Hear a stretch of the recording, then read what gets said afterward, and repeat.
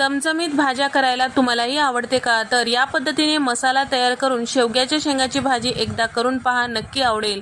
पाव किलो शेंगा इथे मी उकडायला ठेवलेल्या आहे. पॅनमध्ये पाव कप सुकं खोबरं, 2 चमचे धने, 1 चमचा जिरे आणि अर्धा चमचा इथे मी मिरे घेतलेले आहे. एक छोटा चक्री फूल, 5 ते 6 लवंगा, एक मोठी वेलची आणि त्याचबरोबर 3 हिरव्या वेलच्या, 1 चमचा खसखस आणि 2 चमचे तीळ आणि 3 चमचे इतकं इथे मी डाळवं टाकून तेल टाकून छान भाजून घेतलेलं आहे. मिक्सरला फिरवून घेतलेला आहे.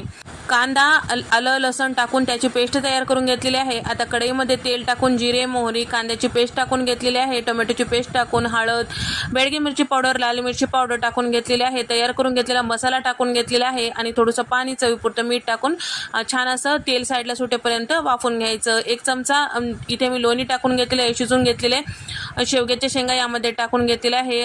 गूळ आणि कसुरी मेथी, कोथिंबीर टाकून 2 मिनिट